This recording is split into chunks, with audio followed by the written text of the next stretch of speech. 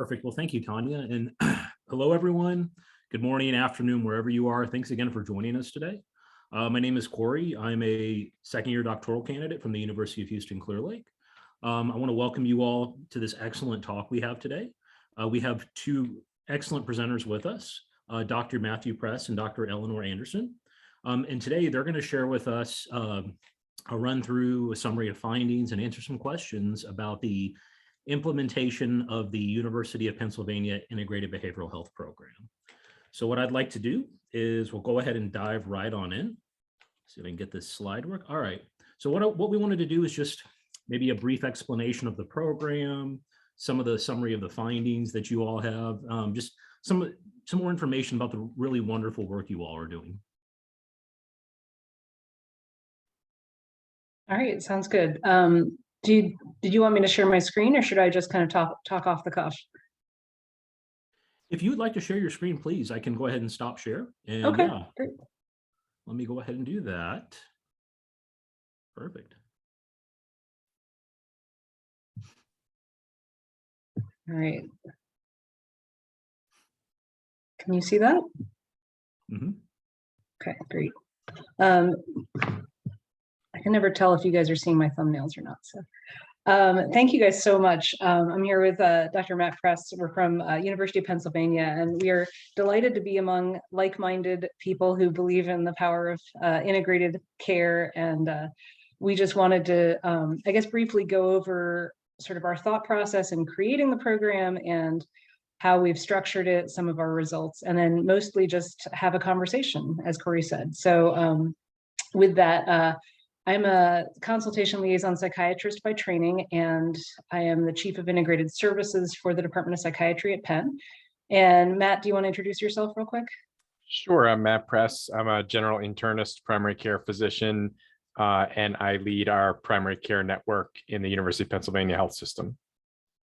Great. Just wanted to touch on some of the drivers and principles of integrated care, and then go to outpatient integrated care with a deep dive into our model, which we've been doing at Penn for about 4 years. And then lastly, we'll describe how digital technology can help facilitate integrated care and scale these services up. So I don't need to tell you guys that mental and physical health are deeply intertwined. 30% of those with physical health conditions have psychiatric comorbidities, and 70% of those with mental health conditions have physical health comorbidities at Penn. And we see in national and local data that these patients have poorer health outcomes, higher utilization and cost. It can contribute to provider and caregiver burnout. So, this interplay between physical and mental health, as well as the challenges of the mental health system, as you know, access is poor, quality is variable, often it's unmeasured, reimbursement's low, and in many areas and populations, stigma is still high. And so, as you know, these are the things that have driven people toward integrated care. I will skip the models of integrated care, as I think you are aware of it. In terms of the core principles we wanted to really be devoted to as we set it up, it's population-based care, meaning we're going to define groups of patients and track them in aggregate, with emphasizing care coordination and engagement. It's patient-centered, and it's a team care model. So providers will collaborate effectively using shared care plans that incorporate the patient's goals. Third, it's measurement-based, using a treatment to target approach, and clinical outcomes are routinely measured by symptom assessment tools like the PHQ-9 and the GAD-7. It's evidence-based, and obviously for collaborative care, there's a big evidence base, and cost-effective. There's reimbursement models and evidence demonstrating cost savings and a return on investment. And lastly, a focus on accountability and quality of care based on measurable clinical outcomes. So these new care models, along with growing cultural acceptance and reduced stigma, really presented us with an opportunity. There's also new billing codes that allow for more collaborative work, and new technologies that allow us to automate some administrative processes and free up clinician time to focus on patient care. So when we started integrated care at Penn, we identified a few goals up front. We wanted to proactively identify patients by using new channels and data sources. We were obviously committed to using evidence-based interventions and integrating these interventions into the physical health setting. We wanted to connect patients to the right side of care and help them navigate the complex mental health landscape. And then we understood that whatever we did, it had to be financially sustainable. So we really conceptualized the ideal patient progression that we hoped would work across the care continuum. We wanted to proactively engage patients and assess their needs, deliver treatment in existing sites of medical care, and support patients in order to connect them to the next site of care and provide continuous feedback. And wrapping around the system must be technology services and administrative infrastructure, as well as finance and operations. So this is how many primary care patients at Penn get their mental health addressed, is through our program, Penn Integrated Care, or what we call PIC. So this is the triangle diagram that I know you guys have seen. The patient's in the middle. This is the collaborative care model. The patient is in the middle with the primary care doctor as kind of overseeing the mental health care. There's the behavioral health care manager, supports provided weekly by the psychiatrist. The dashed lines are really sort of more infrequent contact.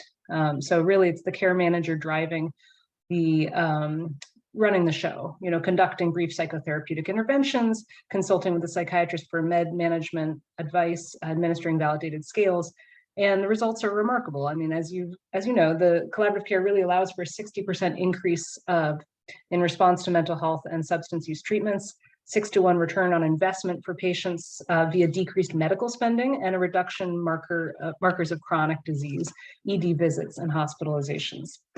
So there's a robust evidence base for collaborative care. This is the foundational study of collaborative care. As some of you may be aware, really put collaborative care on the map, the IMPACT study. So it enrolled 1,801 patients greater than 60 years old who had major depressive disorder, dysthymic disorder, or both, in 18 primary care sites in 5 states. The usual care group had 19% of patients who achieved a 50% reduction in depressive symptoms at 12 months, compared to 45% of the patients in the collaborative care group. And those in the collaborative care group reported higher satisfaction with their depression treatment. And so in the interest of time, I'm going to skip a couple of these slides that show that there's a Cochrane review and there's a reduction in disparities of health inequities, because I think you guys know that. I can go back to that if we have time, but I wanted to really focus on our program. So this is how the triangle works in our program. It's a little bit adapted. So our care managers are clinical social workers, this LCSW right here, who work with the patient. They're embedded in 1 or 2 primary care clinics each. The PCPs know the social workers. They feel comfortable referring their patients to them, and sometimes that's in a warm handoff way, including a direct introduction in person, but most of the time, it's actually through this resource center over here. So this virtual resource center care coordinator who does the initial assessment. So they give a battery of scales. If the patient is appropriate for collaborative care in the primary care setting, so for example, they don't score too high on scales of depression or anxiety, they're not manic, they're not psychotic, they're not suicidal, then the patient is scheduled with the LCSW care manager. But then if they do need or prefer specialty care, that resource center coordinator helps connect the patient to care and calls to verify that they made it to their appointment. So this is sort of a representative PIC patient, a 38-year-old female, a teacher with a history of postpartum depression, type 1 diabetes, and tobacco use, who's referred to PIC for depression. So how does the PCP do the referral? First, they ask some exploratory questions of the patient to assess how severe and impairing the depression is. They establish that the patient's not suicidal or needs a warm handoff or anything. They enlist the patient's willingness to receive PIC care, and then they place the order in the electronic health record. And this is what our order looks like in EPIC, which is our EHR. So this provides language that the PCP can use to consent the patient to the program. It allows the PCP to select whether it's routine or urgent, and it allows the PCP to comment, for example, below, if the patient should get referred to psychiatry directly for medication management. That is, the PCP may feel, okay, this patient doesn't need PIC care, they want specialty care referral. They can comment that, or patient needs eating disorder treatment, and so forth. So they can kind of make special requests in that comment field. So continuing our patient story, the patient has the option to call the resource center, but if she does not, she receives a call within a week and completes an intake assessment with that resource center coordinator. We call them Mhics, which stands for Mental Health Intake Coordinator.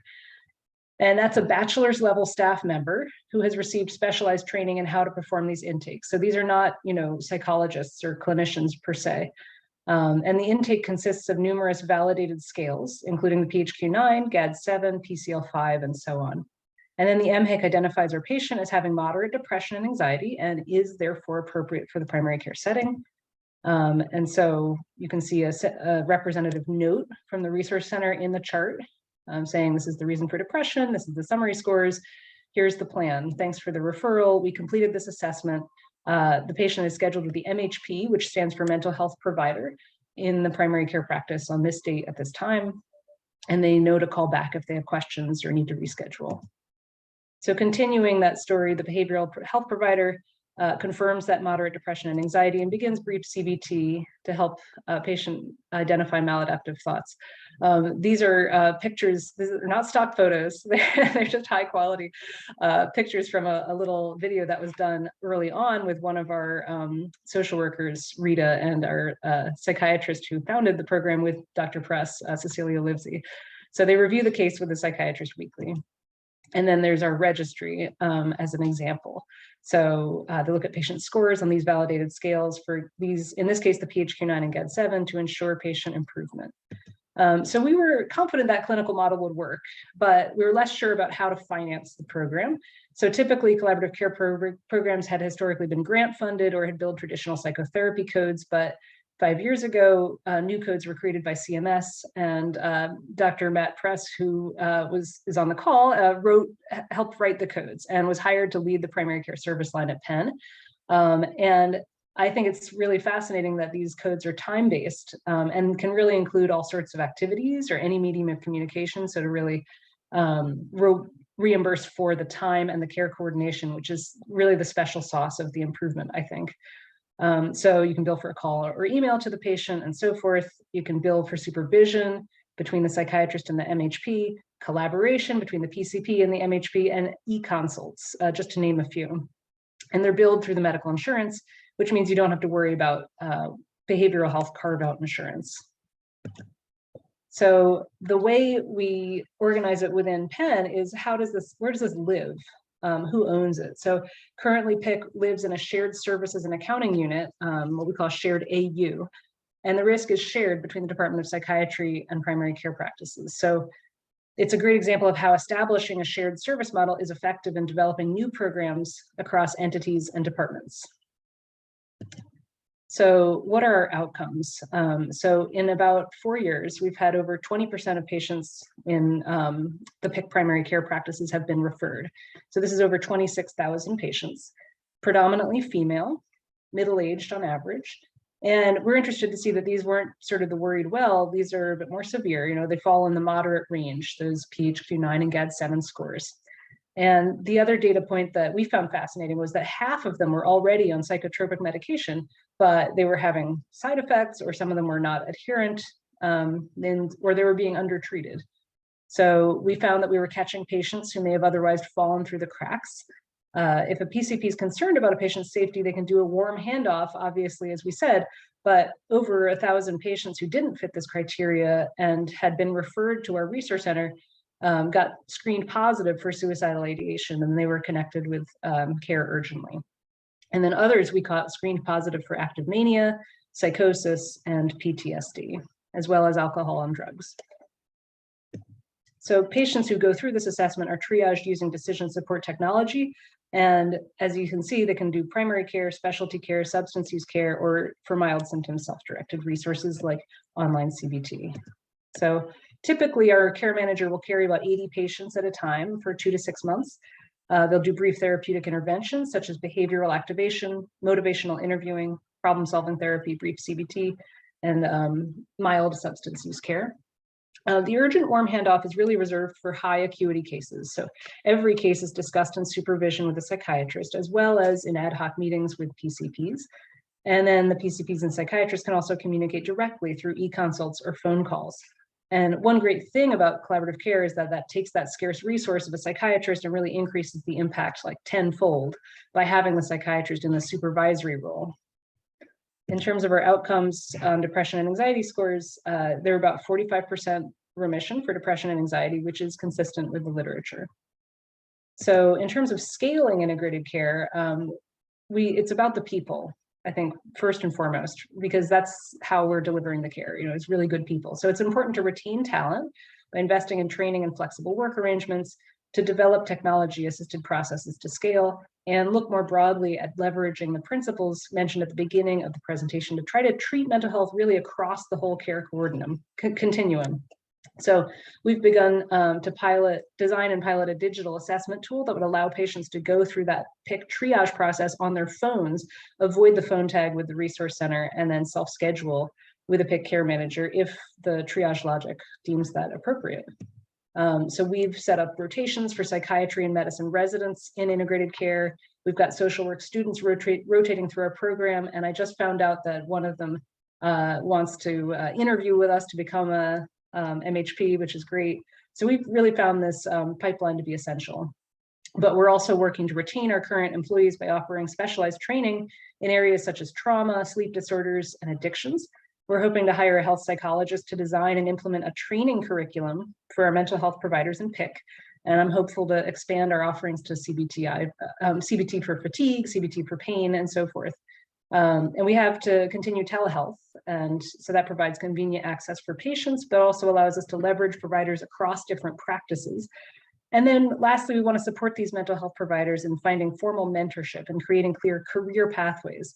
So some LSWs are just getting their clinical hours and supervision on the job so that they can become LCSWs. And one of our original mental health providers has now become the program manager. Another one has just taken on a leadership role in training and supervising the other mental health providers as our program grows. So we really are trying to have a homegrown network of providers and leaders. And you know, PIC is the cornerstone of a wider effort at Penn in terms of integrating mental health care into medical settings across the care continuum, including the way I spend my time clinically these days is on MEND over on the right, which is our proactive consultation liaison psychiatry team at 2 of our teaching hospitals. And, you know, for PIC, we started with the existing model of collaborative care, which, as you know, had a solid evidence base. And we've tried to innovate in specific ways to leverage technology, multidisciplinary teams, and new ways of billing. So we've started with 8 primary care clinics. Now we're in 17 and counting. We also expanded to include care for adolescents and those with alcohol use disorder. Next steps, we plan on continuing to expand into, our goal is all the Penn primary care clinics across the Philadelphia region. And we want to include CBT for insomnia in our care model, and then also to start integrating into other medical specialty practices such as OB-GYN. So, you know, it's not always easy to implement integrated care, but it improves access, patient outcomes, care values. I'm preaching to the choir, I know. So that's pretty much it for our presentation, and I can stop sharing and we can have our discussion. I think one thing I'll just add to Eleanor's presentation before we get to the Q&A is that one of the biggest benefits of launching our collaborative care program that we didn't anticipate. I mean, we knew there was a huge unmet demand for mental health services from patients, and we were confident in the literature specifically behind collaborative care, but and we've seen those results bear out and have been thrilled about them. But what we were not expecting is the tremendous relief and support that the program has given our primary care providers. Our primary care workforce, you know, is on the front lines of so many things, you know, pre-COVID, but especially during COVID. And, you know, burnout was and remains a big issue for our primary care workforce. And I don't think we appreciated how much that burnout was related to our primary care providers feeling inadequately resourced to handle the many mental health issues that they see in their patients. And so at this point, this program is now just part of the fabric of the way we do primary care. And we're only, you know, we have over 100 primary care practices in our network. We're in, I think, 16 now with our Penn Integrated Care Collaborative Care Program. So we're only limited in rolling it out by our ability to hire and our ability to cover some of the startup costs that go along with launching the program. But in terms of need and desire and appreciation from our primary care providers, those you know, that reaction and that you know, that impact the program has had, is really unmeasurable.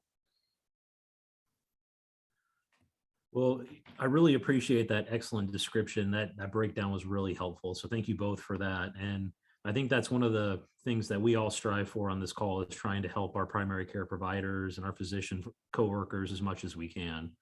So I already have a bunch of questions already. So let me go ahead and start off with that. So the first one I got was the cutoff between the GAD-7 and PHQ-9. Specifically, what is the cutoff for keeping patients within the CoCM model versus referring them out?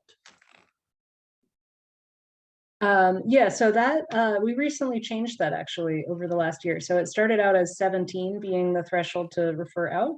And that was somewhat limited by our staffing, because we realized, I think, Matt, you can maybe comment on this. I think we were anticipating 500 or something referrals in the first year, and it was like 6,000 or something. Like, it was the demand really overwhelmed the program. So I think at first they just were keeping it on the lower side to just make sure we could handle everybody. And then we really want to see, we have as a goal to see as many people in the collaborative care setting as possible. So, for whom it's appropriate. And so we hired more MHPs to be able to kind of, for example, one MHP used to handle 2 of our busy downtown practices, and then we got it so that each practice has their own MHP now. So with that extra staffing, we could increase it. So now it's 19 for both. And maybe could even go higher, but by a little bit, but that's it for now. Okay. I did have a question. Will these, I guess the slides you went through, Dr. Anderson, would those be available, or could we share those? Okay, perfect. Yeah, I don't see why not, Matt, unless you have an objection. No, I think it's fine. We can follow up afterwards. Perfect, thank you. So I did have a question about the, yes, the recording will be available to participants. I just saw that pop up. So as far as the training of the MHC bachelor's level part of this whole workforce, what kind of training do they have coming into this? So they basically get training in how to administer the scales as close to in an evidence-based way as possible. But, some of these are actually, the evidence base is really self-administered. So, it's an adaptation. They get a little bit of training in some motivational interviewing, handling distress, and what to do in case of a crisis. We have kind of an emergency line that we can kind of hand anybody who is actively suicidal off, but they have like an extensive sort of SOP operating protocol handbook, and then supervision as well. Terrific. Okay. So the idea is just to try and have people operating on the top of their licensure. So it's really more of a split care management model to really maximize the time that our LCSWs are providing the therapy. Perfect. Well, I know, and hearing about the 6,000 people, reading about that, I can only imagine trying to get that spread around. Yeah, so that's excellent. Do you all track the percentage of patients there are in each treatment as far as talk versus symptom monitoring versus maybe some of the other parts of the system? Yeah, we do. Most of the ones that are seeing an MHP are doing brief intervention, which is the psychotherapy. It's usually psychotherapy plus medication management. So, or plus minus. I think we've seen anecdotally what the literature shows, which is that collaborative care actually decreases unnecessary prescribing, so that if people can do okay in behavioral activation, for example, then maybe they don't need to get started on Lexapro and so forth.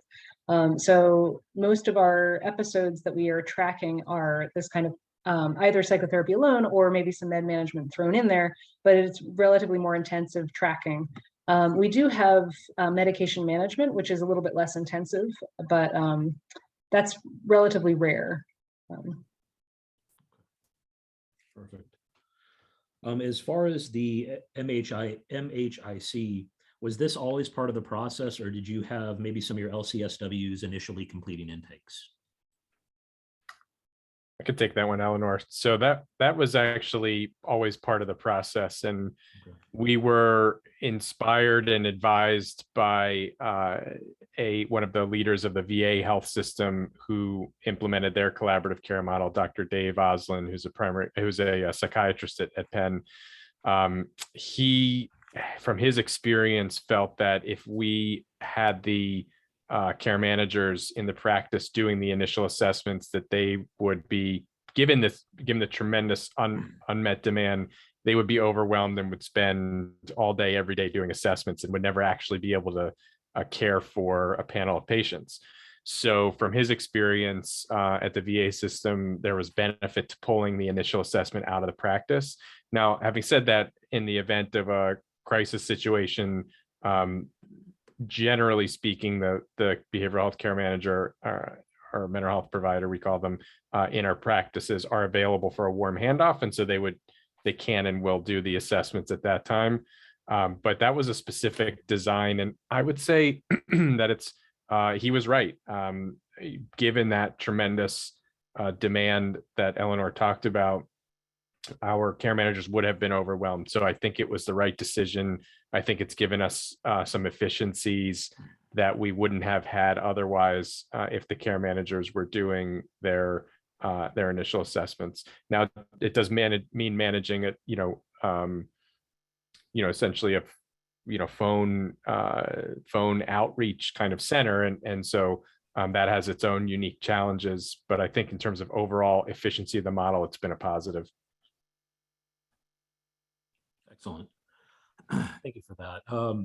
So we had another question as well about the algorithm, and I have something written AP format. Is this proprietary or on the market?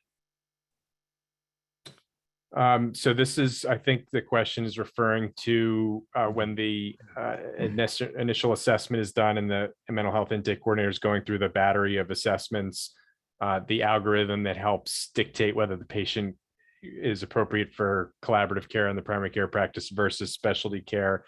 And so the answer to that is we do use a software that's actually what's used in the VA, given our connection to Dr. Oslin and his prior work. It's called BHL. So it's a proprietary software, that we I guess have a license for to use in our practices.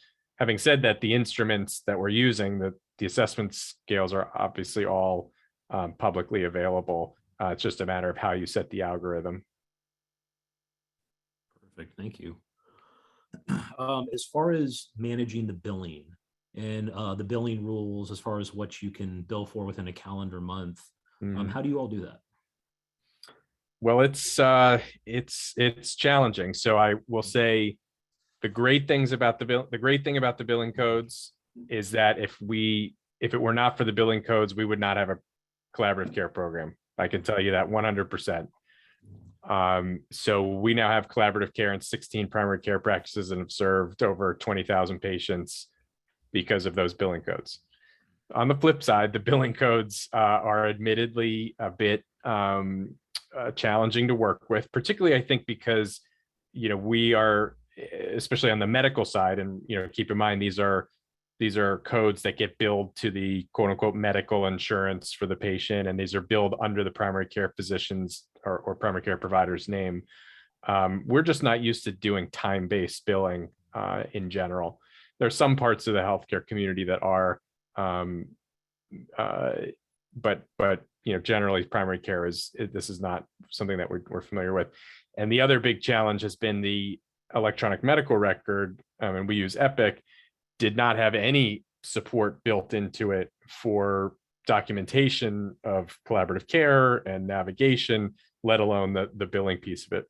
So we did build a module in Epic that allows us to document the clinical interactions, but also capture the minutes over the course of the month. And then those minutes are summed at the end of the month. And it is at this point, still a relatively manual process to identify the minutes at the end of the month, ensure that there's the correct documentation. So we do require, our billing and compliance team has required that our primary care provider have some documentation on all of the mental health provider or care manager's notes. So there's a manual process to confirm that that documentation is present, and to tabulate the minutes, and then to identify which of the collaborative care codes is appropriate to bill in that month. I would love for a more automated, efficient process. And, I think we're doing some work with our IT group to try to build that into Epic. But at this point, I believe, and Eleanor, correct me if I'm wrong, we're still in a more manual process. Yeah, for now, but it's actively being worked on by our IT colleagues. Excellent. Thank you for that thorough explanation. So the next question we had was, I guess, some concerns about the number of people that might have been lost between the referral and assessment process. Could you speak more to that? Yeah, absolutely. I think this is one of the major problems we've been grappling with, is that it's about, seems like 40 to 50% are getting through, and then the rest are being lost to follow up, and they can get re-referred and so forth. But, if they're not calling, or they're not responding to outreach, or there's some sort of phone tag going on, but we do try pretty hard, at least several times, to try and reach the patient by phone, but it doesn't always work out. And so unclear why. We're looking into that, but I think, when we say, okay, we're going to stop trying to reach out, we always tell the PCP, hey, they didn't respond, just re-refer if the patient expresses an interest again, and we'll do the whole process over again. But that's one reason that we're trying to look into a digital assessment tool, is the idea that maybe if someone could do it on their own time, they don't need to be on the phone, they don't need to be free on a break from work or whatever, to handle this phone call. Maybe they miss someone's call. They could just do it on a web-based platform, answer all the questions that would be asked, and then ideally get triaged automatically and self-schedule. Would be we're really hoping would decrease that rate of loss of those patients. Yeah, I think I would add to that two things. One, agree completely with Eleanor. That's why we're building a digital intake tool. We did pilot a version of a digital intake tool, and we did see, positive movement of our engagement rate with that. So we're looking forward to that development. I also think that 40 to 50% is actually way better than what the status quo was in primary care and referrals for mental health. So, the status quo was, if it's something that I felt as a primary care physician was relatively mild, maybe I would start a medication. And the idea was to have the patient come back in 3 weeks to assess, for side effects. Maybe that happened. And if not, or if I didn't feel, comfortable treating, I would give them a referral or say, look on the back of your insurance card. And I think I've seen some numbers in the literature around primary care referrals to mental health being like on the order of 20% or lower in terms of actual follow-up. So just being at 40 to 50%, I think, is something we should celebrate, but clearly not stop there. We want to increase that engagement. And, sometimes I think, for, just sort of anecdotally, I have a lot of fair number of patients who say they want to think about it. They're thinking about engaging with the program, and so they're willing for me to put the referral in, and maybe they think about it a little bit more. They're not quite ready, and then we talk about it at the next visit. Yeah, and I see that Dr. Rainey helped put in the chat that there's a 50% number nationally not following up with referral, which is what I had thought, but I thank you for confirming that. Yeah. Great, you beat me to it, Dr. Anderson. I was going to tag that in. Sorry. No, you're good. You're good. I appreciate it. So I did have a question about running like a PCBH style warm handoff process as well available. So having a behavioral health consultant or another provider immediately available that you can kind of just go grab or talk to. Is that something that's in place there, or is this more through the online system? No, that's definitely in place. I think it's been a little bit kind of altered by the pandemic and the pivot toward telemedicine. I'm sure a bunch of you have had the same experience where, our MHPs are not on site necessarily all the time, or some places we've expanded to, they're delighted to have us. They don't have room for us every day of the week. They can't dedicate an entire room. Depends on where the clinic is, but so we'll do a hybrid of telemedicine. But regardless, the MHP is always available, even if it's by phone, or to hop in on a telemedicine visit. We've got kind of a switchboard capability where they can kind of quickly set up a virtual exam room to see the patient. So, you know, that's always there. We just recently hired a crisis coordinator to kind of be first line for this, because what we were finding was that there were so many warm handoffs that it really started to disrupt the other care.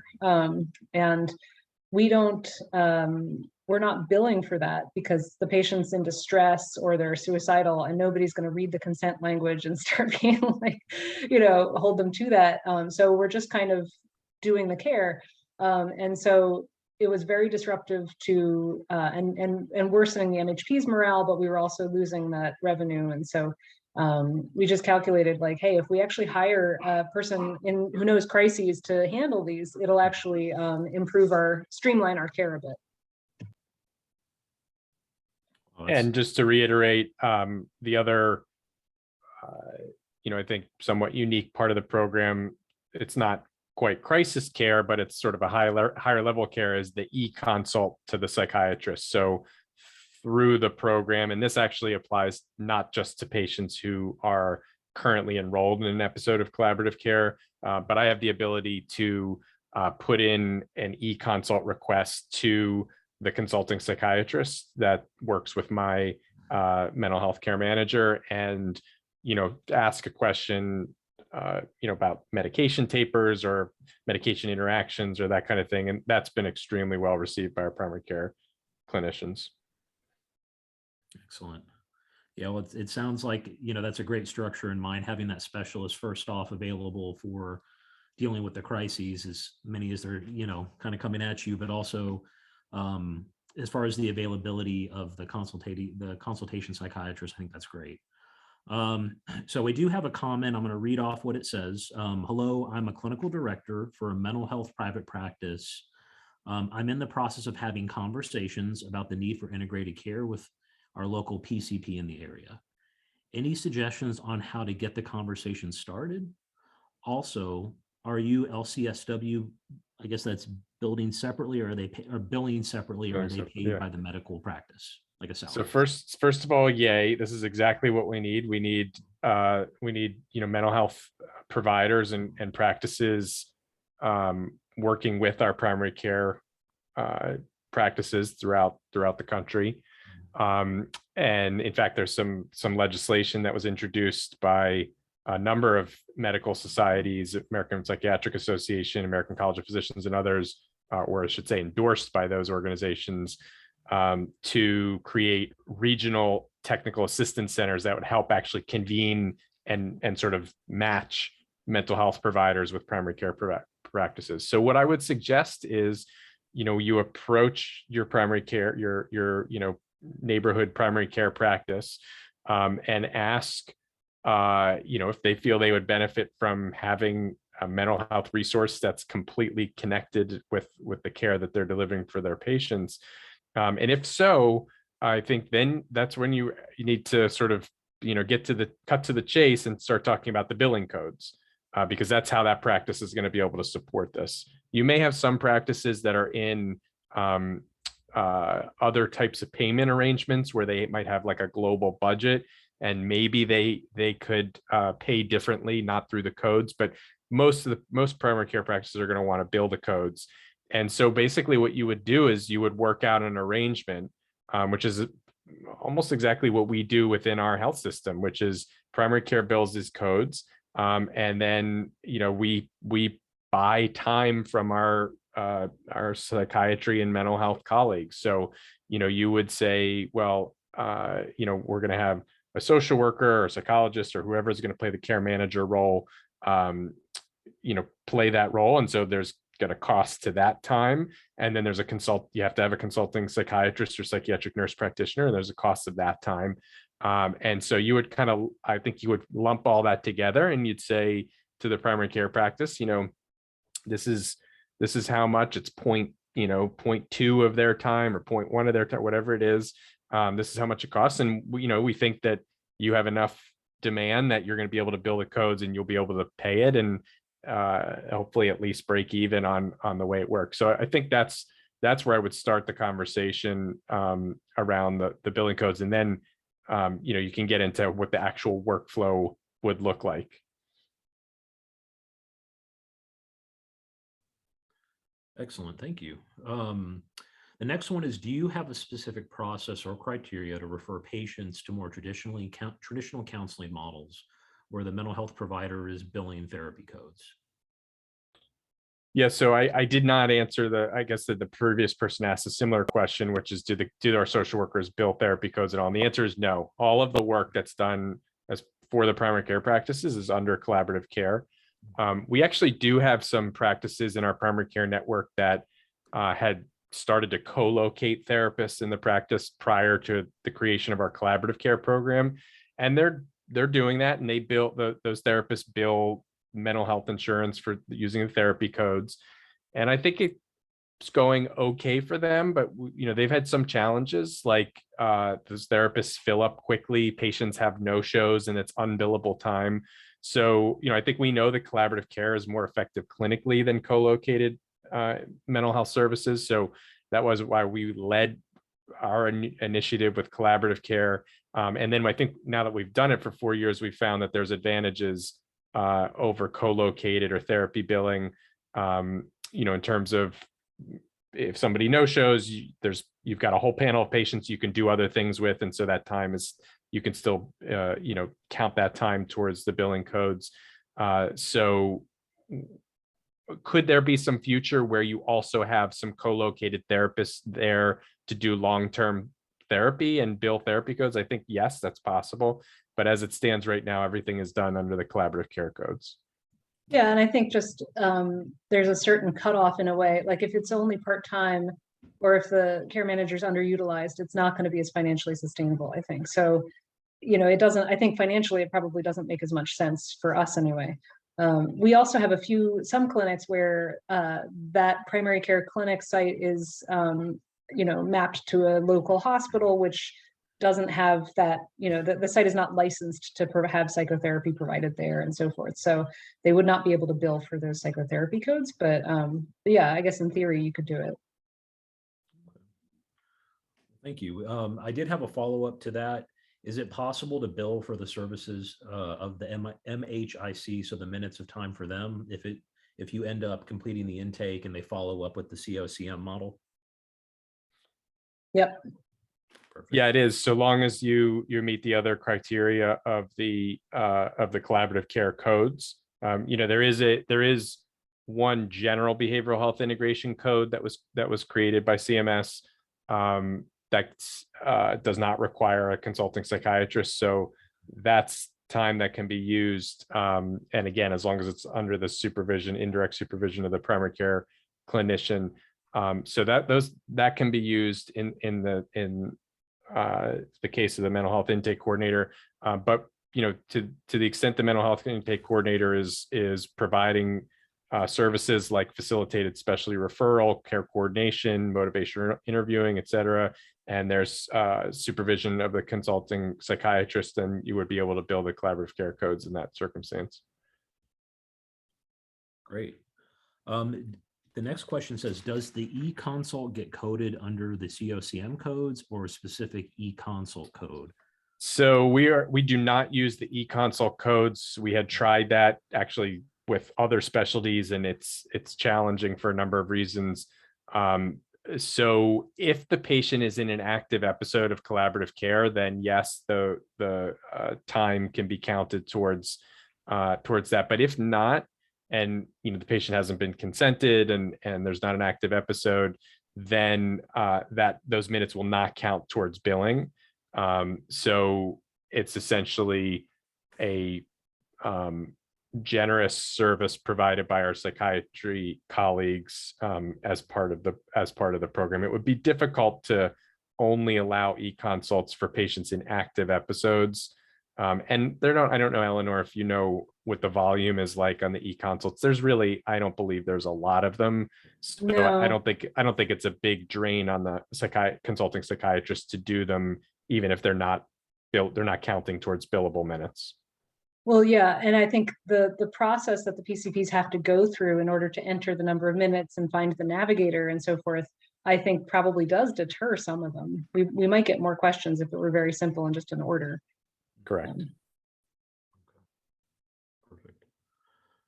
As far as physician's assistants with a certification and maybe additional qualification in psychiatry, has that ever been something that's come up, or that's, I guess, you all have used in your system or had success with?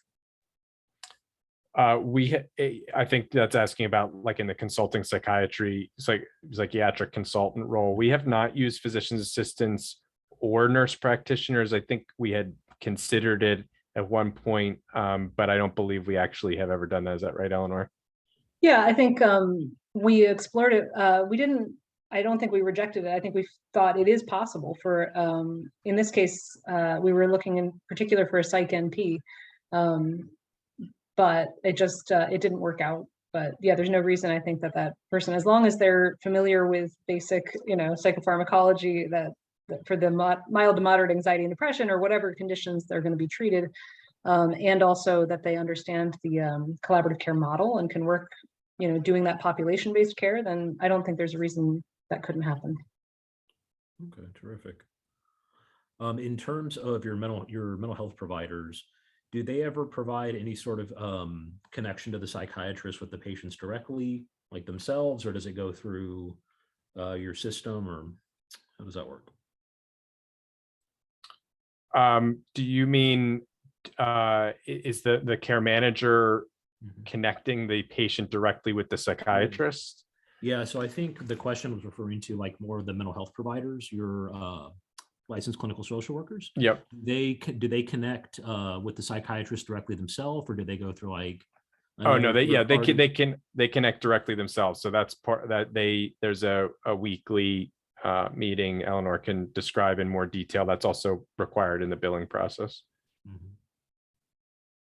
Yeah, exactly. That LCSW is really the linchpin and coordinating the care. So seeing the patient, talking to the psychiatrist, getting recommendations, relaying those recommendations to the primary care doc, hearing from the primary care doc any concerns, and so forth. Really running the show.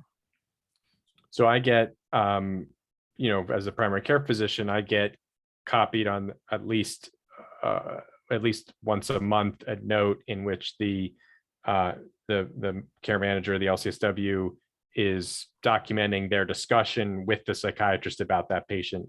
Things are stable, continue as planned, or adjust the medication, or that kind of thing. So that's part of the routine. And I think, Eleanor, you can speak to this. I think it's also very helpful to have that from a sort of mentorship and professional development point of view, to have the social worker and the psychiatrist meeting on a regular basis, reviewing their panel. I think they also, Eleanor, correct me if I'm wrong, they all meet together periodically, all of the social workers and the consulting psychiatrists, so that if there's common themes, or we're going to roll something out new related to, alcohol use disorder or sleep disorders, they can get that training. Yeah, it used to be when it was a very small program, it was every week. They would all meet all the time. And we would even do group supervision. But I think it pretty rapidly kind of changed to just one-on-one weekly supervision, but still once a month we all get together. And, I think it started to be just more administrative, but we've started to reintroduce like case discussions. We had someone come and just review principles of like what to do if there's an agitated patient, how to de-escalate and so forth. One of our psychiatrists gave a brief rundown of the medications that are commonly used. So just kind of a refresher of this kind of stuff, which I think everybody enjoys, that everybody likes the learning. Yeah, and with your psychiatrists as well, do they ever see patients face-to-face within the CoCM model? Extremely rarely. I think there was, one or two very complex patients that pregnant, bipolar, something like with multiple kind of overlapping comorbidities that meant that they would have difficulty accessing appropriate care soon. And so then the psychiatrist kind of stepped in and stabilized them, but almost all the time, no. Okay. So how long do the MHIC intakes usually run? I'd say about 20, 25 minutes. Okay. Terrific. Reports vary. I think it depends on what the intake process is versus how much is then resourcing them and helping them connect. So if it's relatively simple, they're in collaborative care, boom, boom, boom, it's like maybe 10 or 15 minutes. If it's also like, okay, you need specialty care, okay, where's your insurance? And where are you located? What's your insurance? What kind of a care are you looking for? Like that'll extend the time a lot more. So it could be up to like 35 minutes. Okay. Perfect. So I did have a question from someone who says they're a private therapist and would like to offer consultations to PCP offices and other groups as needed. And they're wondering, how would an outside clinician bill for this? Well, if you plan to just sort of consult, if you're planning to play the consulting psychiatrist role, you would, the practice would pay you. So the practice would be billing the collaborative care codes. They would have somebody in the practice as the care manager, and then you would be the consulting. Now you have to be a psychiatrist or psychiatric nurse practitioner. If you're interested in more of just a co-located model, then there's probably other people on this call who are more expert in this than me, but essentially you would be, you could have a arrangement with the primary care practice where you're there one day a week or something like that. And there's, I think to be compliant with laws, you may need to rent the space, and then you would just see patients and you would bill, as you do currently. But that's not, just to be clear, that's not collaborative care. And that's, again, a model that we've tried to some extent and have actually are trying to move away from that. Yeah, I'd say like in our anesthesia clinic, our pain clinic, they've got a pain psychologist who's there a couple days a week, and they love him, and he bills straight psychotherapy codes. He also kind of will sit in on case conferences and provide the psych, input. And I think everybody finds it very rewarding, but yeah, it's not really the collaborative care model. Well, I know we're running low on time. It's funny, time flies when you're having fun. So I do want to switch over to a question. We had gotten an email previously. It was kind of a lengthy one, so I put it on the slide here so you would all be able to see it. And I realize we still have a few questions in the chat box, so I apologize to those of you I couldn't get to. We just have a lot of really great questions. So this was the question I had. I don't know if y'all can see that. Okay.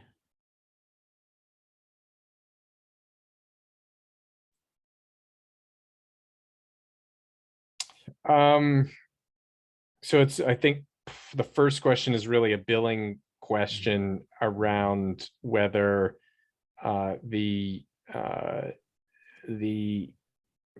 caseload needs to be reviewed, with the full caseload needs to be reviewed with the psychiatrist every week.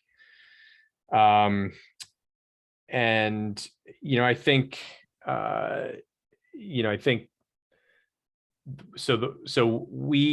I believe, and Eleanor, correct me if I'm wrong, the way we've approached this and the way our billing compliance people have been comfortable with is that there's at least once a month, there's a documented review of every patient that we're billing for with the psychiatrist. We are, part of our development of the digital tool is to actually make it a little bit more efficient for the review of here's where their scores are and if are there any changes being made. So our psychiatrists and our care managers do meet every week, but they don't necessarily discuss every case every week. I see Eleanor nodding her head. Yep, that's correct. Exactly. Yeah, they don't need to be, it's not every patient every week necessarily, but certainly once a month at the very least, every patient's considered or discussed. The second question is also a billing related question.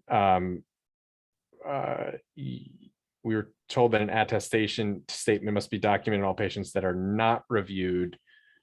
Can you help me understand? I'm not sure I understand that. We do, the psychiatrists themselves don't need to document in the chart. The care manager will document that they reviewed the case with the psychiatrist. Do I have that correct, Eleanor? Or does the psychiatrist? Yeah, that's right. So the Okay. care manager just documents and documents that the psychiatrist was present and, giving the recommendations. But our primary care clinician, because the bill is going out under their name, always has to have some attestation to any clinically meaningful documentation. And we've set it up so that the PCPs can do it pretty easily. They review the note and just click a button or two to say that they reviewed and agree with the plan. Yeah, I mean, I appreciate it. The comment, unfortunately, the individual wasn't here, but I think there's some really great points we've covered in this presentation, so they'll be able to maybe find but some of those gaps. I don't think we do every week on patients that are not discussed with the psychiatrist, just to be clear. Yeah, thank you for that. That's correct. So I guess, yeah, Corey, I see. I mean, there's a couple. I mean, I want to give people a little bit of an answer on. I'm just looking through the chat. Please. The MHIC, the consent actually happens at the time the patient is referred by the PCP, but we do a even more thorough explanation of the consent process at the time. So we kind of double consent the patient, which is probably more than is necessarily needed. So the MHIC does play some role in the consent process. And Lori asked a question that I'm going to turn over to Eleanor about, with the publication of the Spirit trial, are you thinking of expanding to PTSD or bipolar disorder?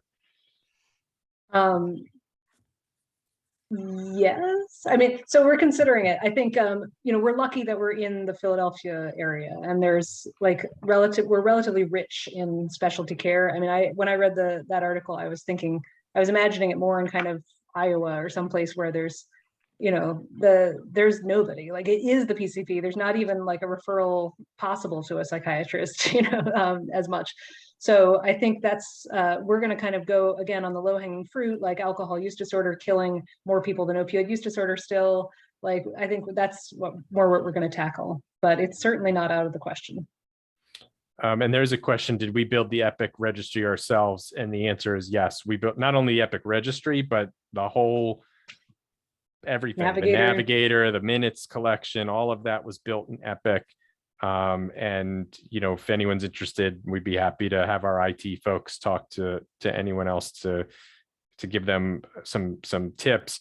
My hope is that our EMR vendors will make this standard in any EMR, so that you don't have to pay extra for it, and it's just there, and that'll make it a lot easier, I think, for PCPs, especially in smaller practices, to set up those programs.